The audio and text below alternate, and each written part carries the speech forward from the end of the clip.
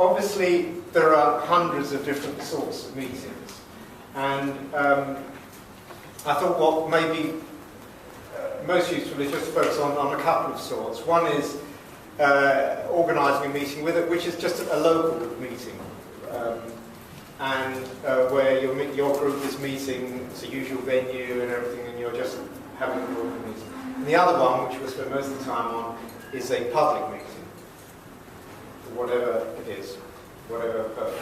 Obviously, there are other sorts of meetings, as I've put there, but unless you want to talk about those, we won't cover them. Okay, so it comes back to if it's a group discussion, so this is a routine meeting in your normal group. What do you want? Now this is putting yourself in the position that you're in your leadership team and you're deciding what you're going to do. And as Ross said at the beginning, preparation is everything here. How do you decide what to have a meeting about? Having a meeting, if you've got a group, is a good thing often, just to give the group momentum. And so for the group I lead, we have a meeting every month. So one of the issues is, what are we going to do? And a question people often say to me, who are religious people, but what do humanists do? They don't have prayers and sing hymns. What do they do? So, and what we found is that if you've got members and supporters, they're a great resource for ideas. And we keep a list. We've got it on our confidential website with just a list of all the ideas people come up with, and we can pull it out and we can decide when we're working on a program what we're going to do. And we normally do that for our group, because we have speakers, we work about 9 months ahead. We'll talk about format in a minute. The other thing you need to decide is who in your team is going to do what. And does anybody actually need to do some preparation or research for the meeting? Who's going to chair it? And I'll come to social roles in a minute. They're almost as important. And obviously, do you need special equipment, PC, projectors, and so forth. If it's just a group discussion and it's completely under your control, you can probably you probably don't need to decide the topic much before 1 or 2 months ahead, which gives you time to publicise it. If it's a speaker, then it's further ahead. Okay, and now formats. If it's a regular meeting, again, there are hundreds of different ways of doing this. But here's a couple of thoughts. Typical format is, somebody does an introduction, and then you have a discussion on the subject. Or you can use a DVD as an introduction. And then you have a discussion involving everybody in the meeting. And there's a couple of ways in which you can do that. And let me give you an example. We have the next meeting, the group I organise, taking place later this month, and it's an issue about should drugs, narcotics, be legalised? That's the topic we're going to talk about. Okay, obviously it's got angles on it, which humanistic angles about individual freedoms and so on. We're not going to have a speaker for that. We've 2 people who are members of the group. One of them happens to be on the committee, the other one isn't. Have agreed that they're willing to have a debate, and one of them is going to argue from one side and the other one's going to argue from the other side. We're only going to give them 10-15 minutes to do that, because the idea is to throw the ideas into the group, then open it up for the rest of the meeting for a general discussion. And the purpose of the meeting is to help people think this issue through for themselves.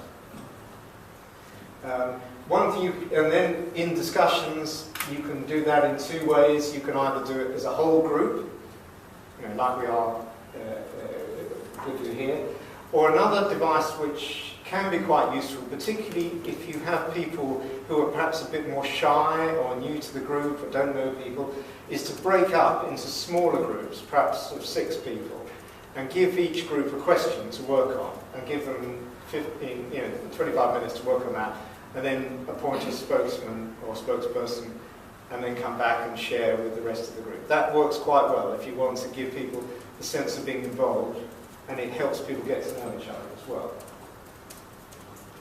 If you do the debate like the drugs thing, it can be quite fun to just have a vote at the end just to see how it's gone, but it doesn't really matter. Very important thing, going back to the slide, you remember the slide at the beginning which says why do people belong to groups? And sometimes it's about campaigning, but often it's about having that sense of belonging.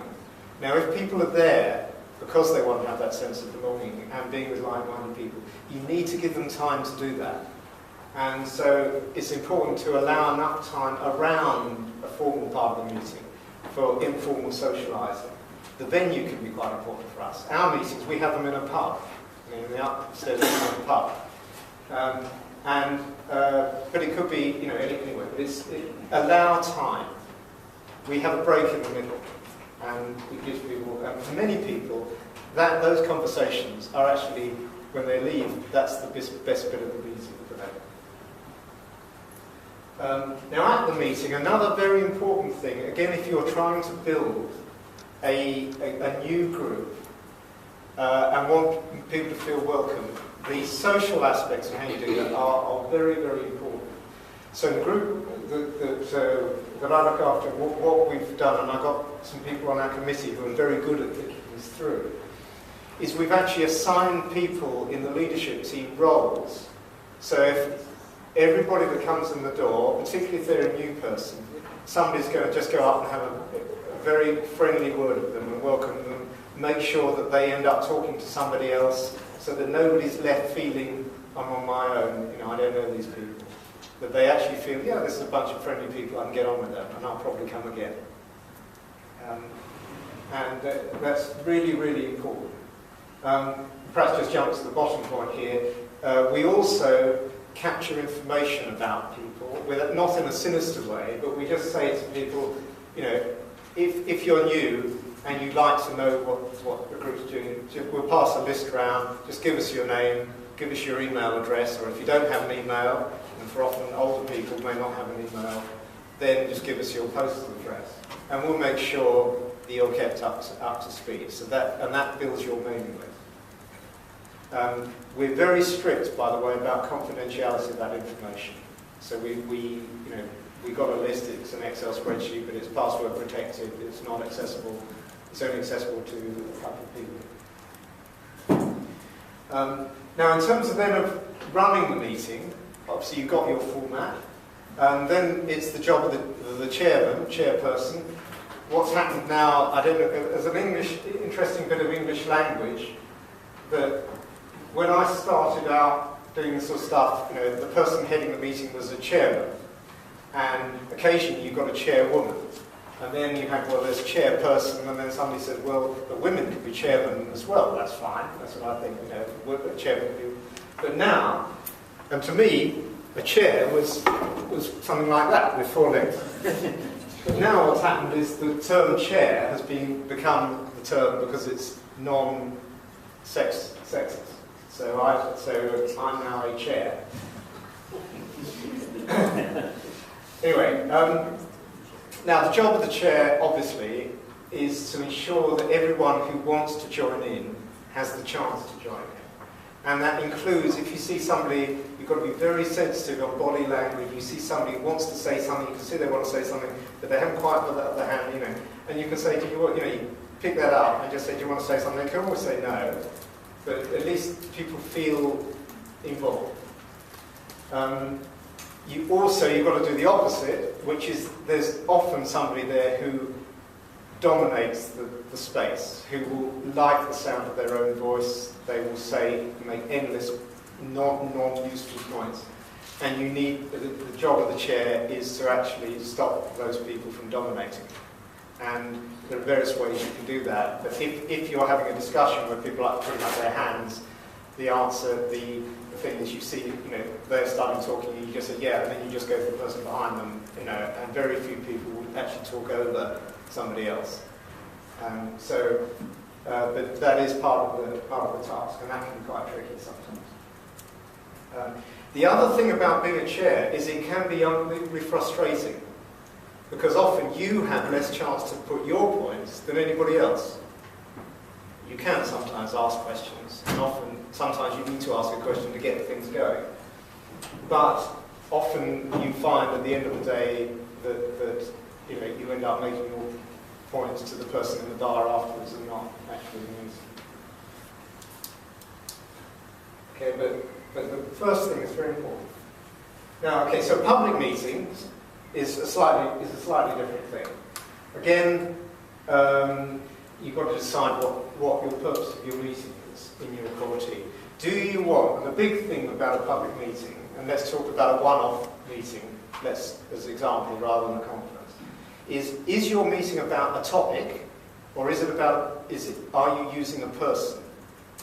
And often, of course, the two overlap. But, and of course, if it's a public meeting, you want the person or the topic to be something that a lot of people are going to want to come to.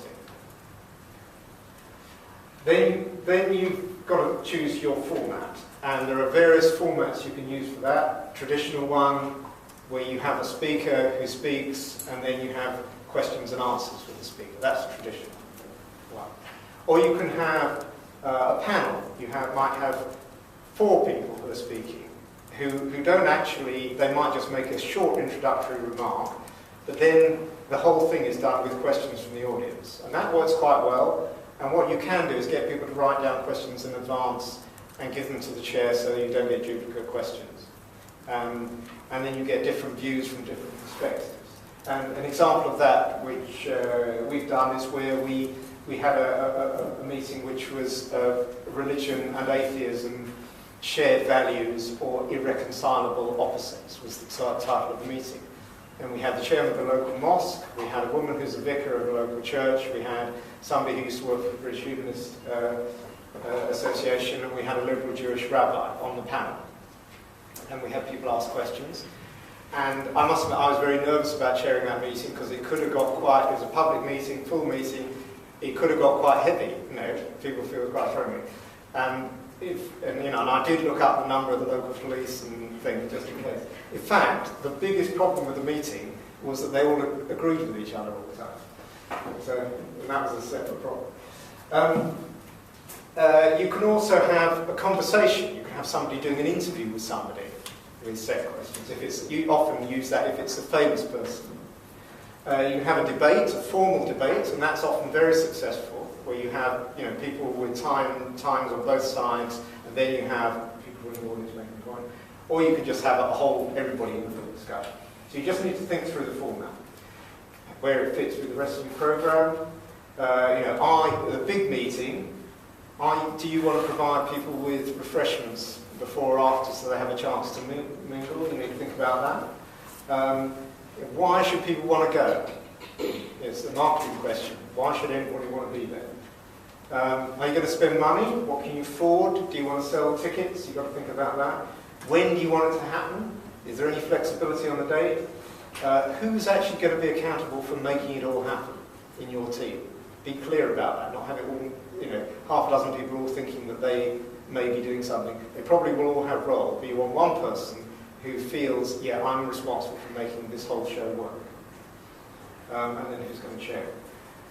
Obviously, how far to plan ahead? My experience, if you're going to have public meetings 6 to 12 months ahead, it's usually good if you want to have speakers. Obviously, if it's a hot campaigning issue, you can do it with shorter notice. So defining what you want, thinking a long way in advance is very important. And that's where having a good leadership team really helps, because people, you get a good result if you have that discussion. Inviting speakers, we talked about, obviously, if somebody famous, their diary is going to be booked up. Often you find you know somebody else who can get you, that can often be helpful. You also got to be clear what you're going to offer a speaker. A nice thing to do often is to get a well-known speaker is if they're trying to promote a book or something. If you say, we'd like to invite you to speak to us, and we'd like you to sign copies of your book, their reading of that is great, I can sell copies of my book. And that's often a nice way. People are more likely to come if they're trying to sell a book. Usually you can't afford to pay people to come. But you do need to be clear, are you going to pay them, for instance, their travel expenses? Are you going to offer them any hospitality? Perhaps put them up. Are you going to offer them meals? Just need to think about that in advance. Getting dates, often you can just negotiate a date. You don't need to do any other details. As long as you've got that date in their diary, then that 6 months ahead, 12 months ahead, that's often good enough.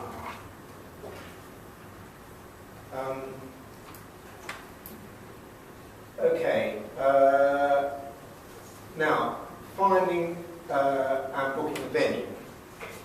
Now, probably normally people are going to book Sydney Opera House for it, but you never know. You just got to think about how many people you expect to be there.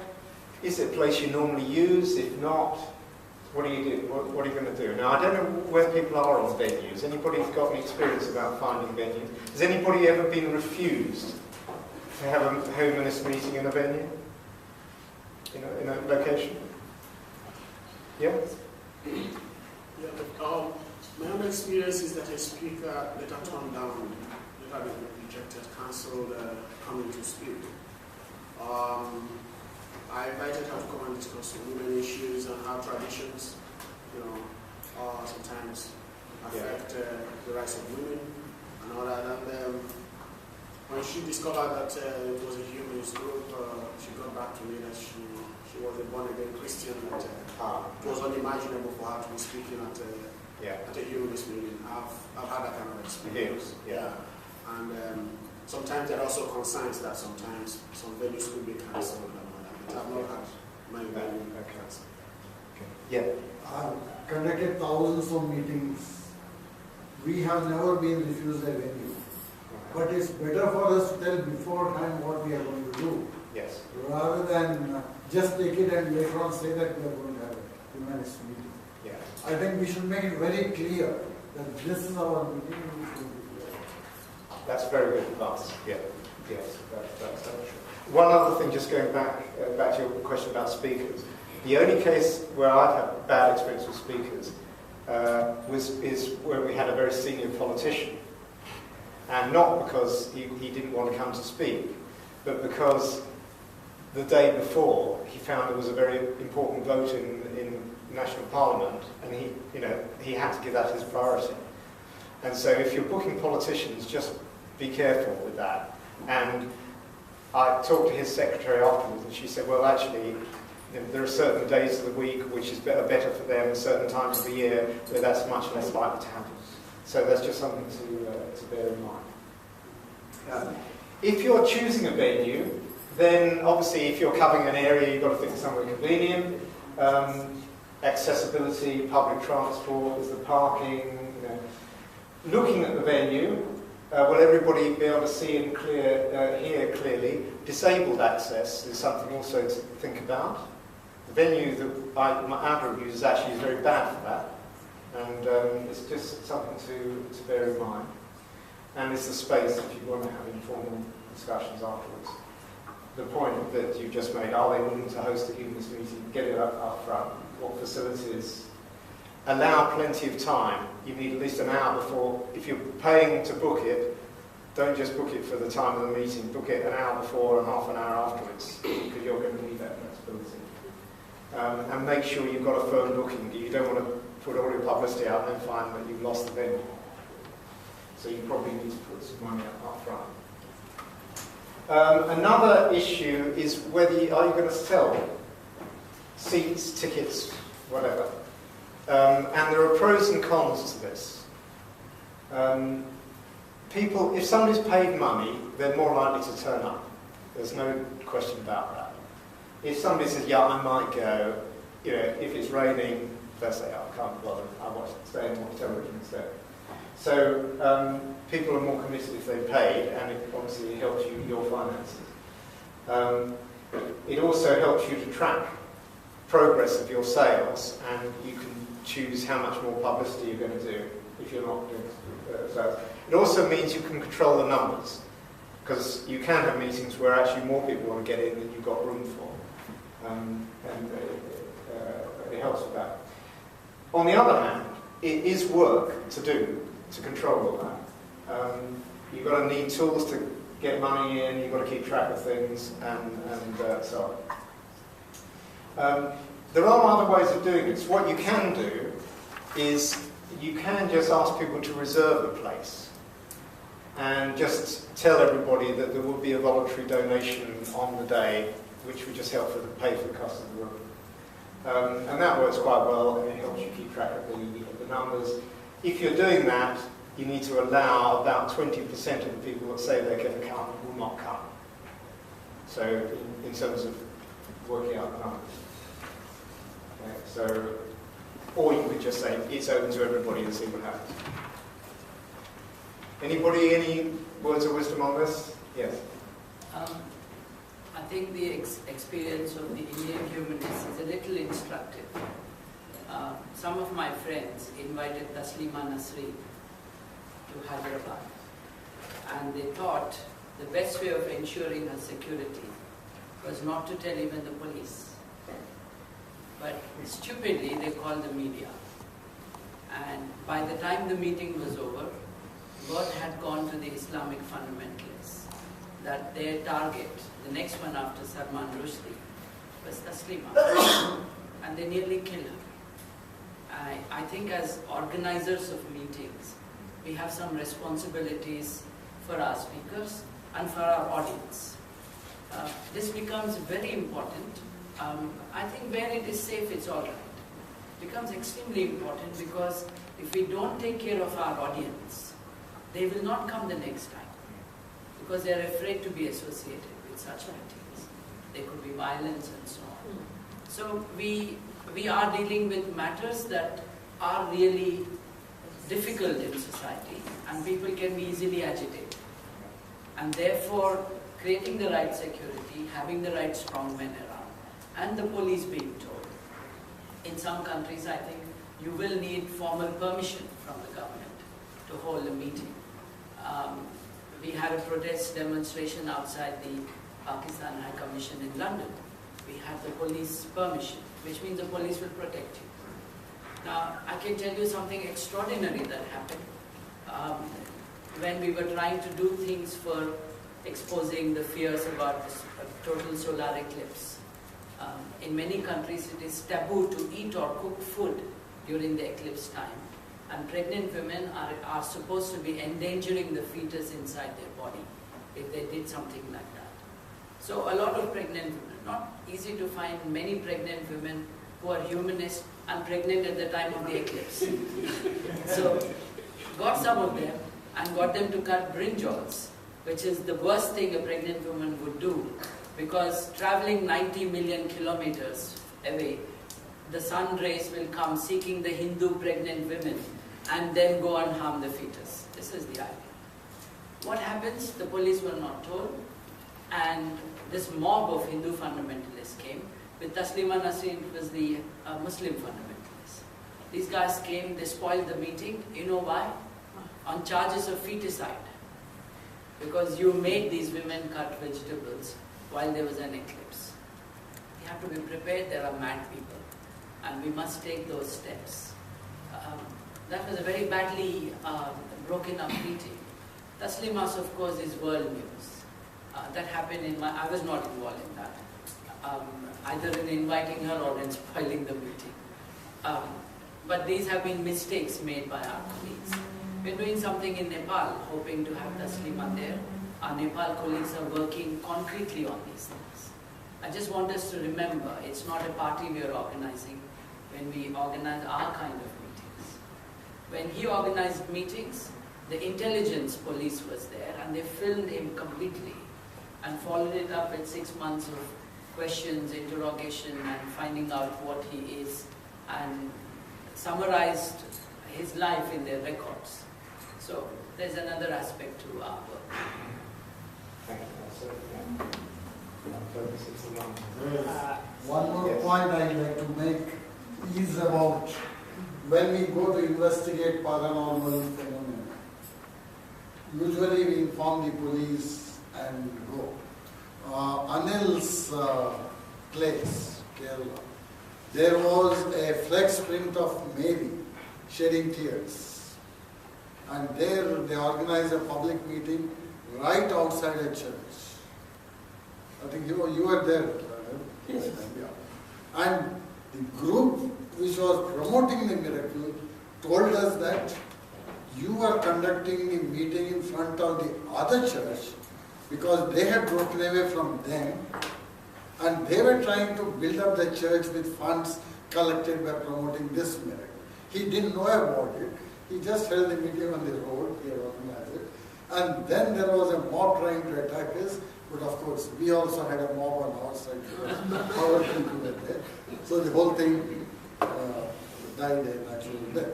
Another time when I went to investigate lamps burning without oil, they said the lamps have been burning since 25 years without anybody putting oil. We made adequate publicity. There were 20 journalists, 20 TV cameras, and some 100 policemen, some with guns. And then, when we were about to touch those lamps, the district administration says, just go away. We are not bothered whether the lamps are burning without oil or not, but we are bothered about law and order. Because there was a mob of more than 1,000 people waiting to attack us. Despite of having told the administration, written to the Chief Minister of the state, arranged all this media publicity. So certain sensitive issues when we arrange meetings, I think we have to be very, very careful about it because the law and order machinery will say, we are not interested in what you are investigating, but we are interested only in law and order. So you get out. That's all they will say. If the way to preserve law and order is by kicking us out, they will kick us out. I have 2 points. One is that how you take a meeting, the response of your participant. That some people are there for diagnostic purpose. Some people are there for prognostic purpose that they would like to influence and take place. And there will be a very huge number of reactive population. That what is the experience with my friend said. I have, and there is some group. In a group there is non-responsiveness. If the crisis comes, no will help you. That is the situation. My personal experience is I was invited as a university teacher to give a lecture on the human rights and the royal regime in the time of Gyanendra's period in 2004. It was a hilly district. I went there, and then there was a great threat that Maoists were not brought to the negotiation. They were armed force, and royal force has also armed force. And we had to cross a place which was very difficult. And we were said that, okay, don't report to the police or administrator, don't report to the Maoists. But what we did is we informed both of them. And in a meeting, what we did is, okay, come with us for discussing this meeting. Send your representation. And then we will talk with you. And then they came, and previously they were charging that we were royalists. The Maoists were charging us that we were royalists. We were agent of king. And the kings was thinking that we were supporting Maoists. But when they participated in the meeting and all our presentations were there were about 4 or 5 people presenting the issue, then they were quite clear that there is no problem with us, but there is problem somewhere there in their own institution.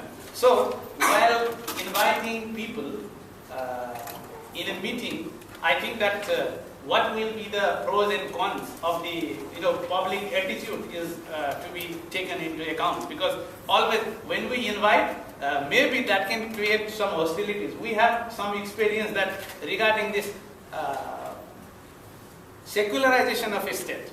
We had a very great debate in Nepal, and they came. Some people came because our organization's name was Humanist Society for Humanism. So humanism, they got it like, their own thing. But when they attended the meeting, they reacted in a very negative way. Oh, you are calling us in such a meeting type of thing. So it is very important that what is the agenda and who would be the participant of the program. Thank you. That's very good. Okay, so we just recap on that. So getting the security right is crucially important if you're going to have a contentious thing. And being clear what the meeting's about.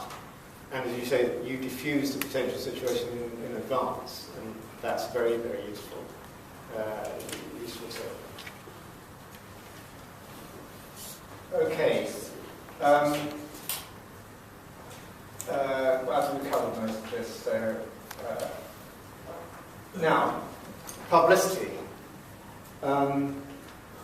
Again, this goes back to the same stuff we talked about before about marketing. Who do you want to reach? Decide the timing. That's pretty important. If you tell everybody the day before it's happening, unless it's something like your example, where something terribly famous and everyone will stop everything and go to see them. Most meetings, of course, unfortunately aren't like that. You do need people time to plan. For people with kids and they don't want to take them and they need babysitters and all the usual things that life has. So usually people need at least a month's notice before a meeting takes place. So you've got to get the timing right. If it's too far in advance, people say, I'll look at that later and then they'll forget about it. Right, the tools for doing that, obviously you've got the press of all sorts, you've got press releases, you can go for TV, radio, the printed press, your own newsletters, if you use those, certainly we do that, posters, and you can often get those up in appropriate places. We had a meeting a little while ago about whether the UK National Health Service should support alternative medicine, chiropody, homeopathy, and so on. Has Simon Singh as a speaker, who you may know is a very well-known guy. So we went around all the doctors' surgeries in the area and gave them some leaflets and things about it in the hope that the doctors themselves would come. Some of them did, and so did some of the chiropractors as well. Ordinary advertisement to your website and all the usual things that you do. Getting the timing right and just consciously going through, okay, we've got this meeting, what's our marketing plan for this, when are we going to intervene at these various stages? Just having a plan, just thinking it through is always worth doing. And then, of course, you get to running the meeting. And, all of this is blindingly obvious, really. But you've got to look after the speaker if you've got one. Make sure you're there before the speaker is. You might need to pick them up from somewhere, an airport or a station or something. If you need to register people, you've got to be organised as they did today when you came in here. Be ready to do that. One thing that we've found useful is often, if you're not quite sure exactly how many people are turning up and you're running you've got sold tickets or reservations, start a waiting list. And so if people turn up and you don't know whether they can get in, you just have a priority order to deal with them. Obviously, as before, the formal part of the meeting, the chair has the key role. If you've got a famous speaker, you need to do an introduction. Nobody wants to hear the introduction, so don't take half an hour about the introduction. Get it over very quickly. People do like to know what's going to happen in the meeting, though. So just give them a bit of a roadmap. We're going to talk now, and then there'll be an opportunity for questions, and then we're going to have a chance for refreshments afterwards, or we're going to have a discussion or whatever. Just give them an idea of how the meeting's going to go. Make a lot of people feel more comfortable with that. Tell them in the beginning if you're going to take a collection, and obviously it's not compulsory.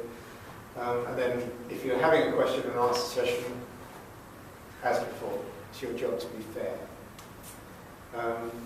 The other very important thing to do, so you've had the meeting, and everyone's gone home, is while it's still fresh in your mind, just get together with your core team, or just do it on an email. Say, okay, how could we have done that better? There's always something that you could learn from the way it went, which you can use next time. So, you know, and they both said it was fantastic, you know, it went really, really well. But there was just one thing, you know, that I noticed that this guy at the back, he couldn't hear very well. It would have been better if we'd been alert to that and moved him to a seat in the front, or whatever it was. Could be something trivial, or it could be something major, like the issue about security. But always that review process is a very important thing to do. So I think this stuff, I think we're finishing early on this, because I think it's all very obvious, except people are now putting their hands up. Okay, Bob. Just to go back 2 slides, you made a point about press releasing in local newspapers, or I guess national newspapers. Yeah. Then, a mistake that I think gets made a lot issuing a press release is that it ends up just being like a notice, and you go, this group is having this speaker at this time, this place. And you think that that might get in a notices section or something, and even if you have like an amazing speaker, it just, no one really reads the notices section generally. It needs to be in the newspaper, so you need to send a press release that contextualizes it and says why it's controversial, why it's going to be of interest to people, and then you suddenly get massive publicity, way more than, you know, putting a notice in the notices section. Yeah, that's very important. Yeah. Yes. Another point I'd like to make is when you have a question and answer session, don't expose the speaker directly to the questions. You have a person who regulates the proceedings. Because like it happened to me once in Hyderabad, and Babu was the chairman. A person was trying to be really offensive again and again and again. And then Babu had to put him down very firmly. As if I would throw him out. Yeah, because if there was no chairman there, perhaps I would have to be aggressive on the other side. Here, I was paid on the aggression because the chairman was aggressive. Yeah. The other thing is, never take the audience, antagonize the audience. Because I have seen sometimes when people try to break up our meeting, we try to be extra polite so that the audience takes care of the person who wants to break up the meeting. Rather than we trying to be aggressive with them, we try to be as patient with him as possible so that the audience will lose their patience and then they will come and protect us, because I have seen in villages that there are very orthodox people. But when somebody tries to attack us, they have protected us. Because they said, well, you are trying to disturb him. He has something to say. Don't prevent us from listening to him. We listen to you every day. But he has come here only today, so let him talk. So I think that's a very important lesson for us, particularly when the audience is new to what we are saying. It's an absolutely new idea in their lives, what we are putting forward many times. I think those are very helpful. And I think the point about the first point, yeah, I've seen that, where the speaker has decided to take the role of chairing the question. And, you know, a particular one where I knew there was the person that's really difficult and talks all the time and who has got a very loud voice. The speaker didn't know about that person. And it would have been so much better because I knew how to deal with that. So you're absolutely right. Separating the role of the chair and the speaker is a very, very useful thing to do. Yeah, because I work in an area where you don't have so many members, and we're always trying to hold a meeting. I think that it's also good to, sometimes maybe when we are holding conferences, to think about an appropriate theme. I can imagine maybe the BHA, maybe 200 years ago, organizing a meeting against faith schools, or what do you call it? Faith schools, I think? Yeah. Imagine you doing publicity, around that kind of thing 200 years ago, the kind of maybe hostility you're going to get. And I'm not sure, maybe those who organize it will come out, will finish it alive or something like that. You get it? So we have to, first of all, understand where we are. I don't want to break countries, but where we are in terms of tolerance of other views, other perspectives, in terms of religious criticism and things like that. Then coin the theme to suit our society. In other words, for instance, we can organize something in, let me take an extreme, Afghanistan. Yes, and Afghanistan. So talk about freedom of religion, in Afghanistan. What is the situation of freedom of religion in Afghanistan? Now, and from there we talk about the fact that people can change their religion and they should not be discriminated against. And a lot of people agree with him. You see. Now, unlike maybe when you organize such a thing and talk about abolition of Sharia law, the two meetings are not the same, but they can have humanist resonance. So those organizing meetings should find a way to get a theme that suits their society, so that they don't sometimes expose themselves to unnecessary risk. Risks there are, even when we are doing it, but we just have to be careful. Thanks, Theo. And then that goes right back to the very beginning about thinking very carefully, planning it right from the word go. What's the thing? Why are you doing it? Actually, I have a point. The chair sometimes is a senior person. So I think we are mixing up the role of a chair and a moderator. Sometimes we make a chair to head the program, to look, because he can be a senior person. Yeah. And person may not be that good as a speaker. So you have a young person who can actually stop person from speaking, taking more time, or maybe moderate the thing. So I think there is a difference between a speaker and a moderator, or chair and a moderator. And chair need time to listen. Yeah. When he speaks, he will have enough time, because most of the time the chair speaks at the end. Because the chair. You're quite right. You're good to pick me up on that. I've used the chair in two senses. One is, the person who's head of the organisation. The other one is the person chairing the meeting or moderating the meeting. And they often are not the same person. They can be the same person, but they're not necessarily the same person. So this goes back to one of the decisions you have to take at the beginning, going back to why do you want the meeting and pitching it right.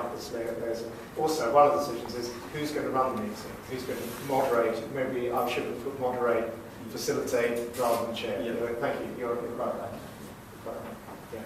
That's right. One there. One important thing that relating to press release and inviting press, releasing press and making press release and inviting journalists should be balanced. And for that reason, I think in a public meeting, it is appropriate to assign someone as a reporter, so that he can prepare a press release on behalf of the organizer. So that what we have experienced in Nepal is we say something by the program, but tomorrow in the dailies we see another thing.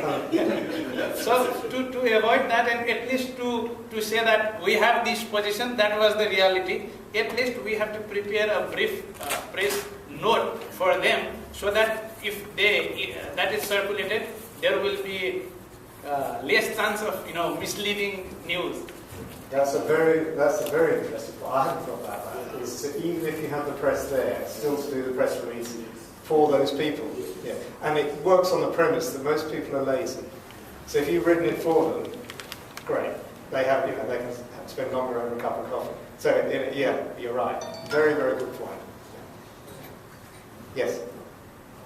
Just in relation to this point here, I'm the PRO of my society, and I found that it's best to, if you have something like, we had a protest, for example, a counter-protest. There was an art exhibition in our university, and there was religious people outside the university protesting because what they considered blasphemous. And we had a counter-protest, but we didn't want to come across as angry atheists, So what we did was, I printed off a small little media comment that I gave to all the protesters. So if anybody came across a member of the media, they would simply say, this is the statement of the society. And it was basically how we supported the religious people's right to protest, but we disagreed with their message, kind of thing. Because we know the usual angles. It's that the media are going to spin it. They know we're going to be painted as those angry atheists or humanists just making trouble. You know what I mean? So at least they couldn't. And we don't want somebody speaking on behalf of the organisation who isn't appointed. So it's just like, if you encounter somebody from the press, this is what you give him, and you say nothing else. If you want to say something, then you specify that it's you personally, and not a member of the society. Yeah, no, that's a good point.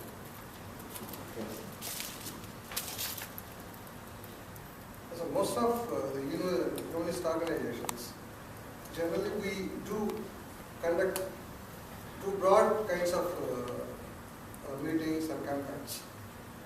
So from our experience, one is to protest a particular incident like solar eclipse or any blind belief. And then the second kind of campaign or meeting mode is to advocate. Our cause, a humanist cause, to address some social problem. Addressing standalone incidents like solar eclipse is one mode of organization of the meetings, where we have all these problems, no doubt about it. But there, in those instances, perhaps we need some kind of arrangements, both with the press and then security and other things. But when you are taking up the cause of advocacy of a particular social issue or through humanist perspective, perhaps the target audience is fixed, addressing a particular social issue. In that case, publicizing the event before you reach certain comfortable level of your advocacy campaign, publicity itself becomes counterproductive.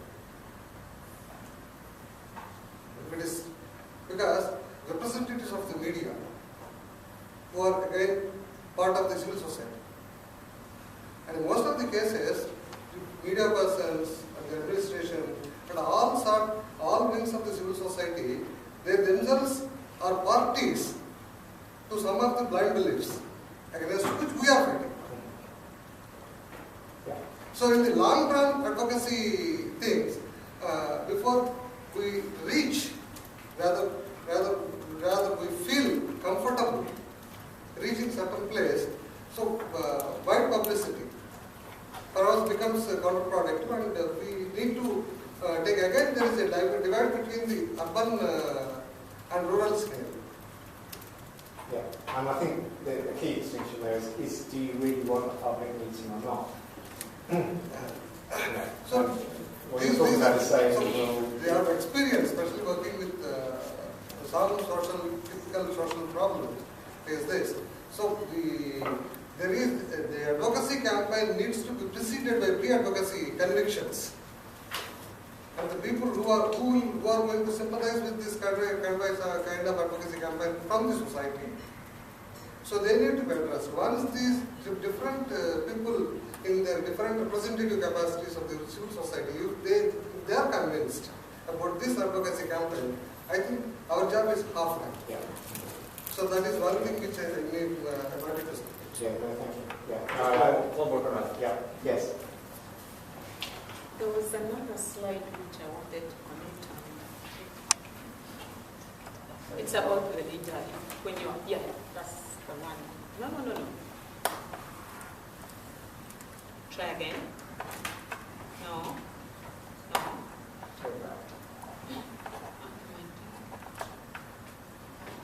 Oh, it's about when you have to invite. Make sure. Speakers, yeah. Oh, maybe Max. No, not that one. Next one. Is it the one which you are going to cover? Maybe I'm thinking. I don't know, maybe I just said it wrong. Anyway, go on, make your point. Okay, it was about the speaker again. Yeah. When you say that if you are, organizing the meeting, you have to meet the speaker and look after that speaker. Yeah. That is the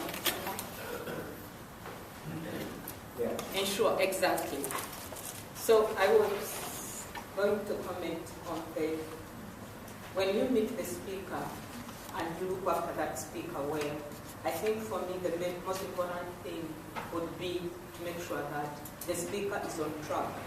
Because usually the speaker has to know, if you are the humanist and you want to moderate what the speaker is going to say, you have both of you to know exactly how you are going to handle the meeting early enough. So looking after that person well is good enough, but you have to make sure that the speaker is on track so that the audience is not disappointed in what the speaker is delivering. Thank you. I mean, to some extent, you've got to explain the format of the meeting things.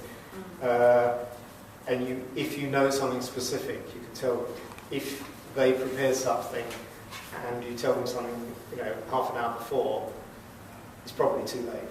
So that stage is very important, and I'd recommend doing. Normally, you book the speaker. That could be a long way apart. Then you have an intermediate stage where you then agree the details of the design of the meeting, exactly what's going to happen, what the exact title is. That's the point, which may be 3 months before the meeting, where you get clear with the speaker exactly what you want and what they're going to do. Because if you get, they've just arrived and they're about to go to the meeting, and you say, well, actually, we want something that's totally different to what they've prepared. It's too late. So I think it's a very important point, and do it that stage a few months ahead. So you don't get caught out. But there is another point as well here, which is that is also good with the speaker to say, just to check with them. What I'll do is it looks like we've got a certain number of people. I understand we're going to get a lot of questions. How long do you need? And they'll say, well, I need you to stop at 1:15, and you can agree those practicalities. But you do need to, the detail of what they're going to say, you can't control, but agree the principles in advance. That's right. Okay, so then you've done all that, and you saw my previous slide, you can relax at the end. Okay, thank you. Thank you very much.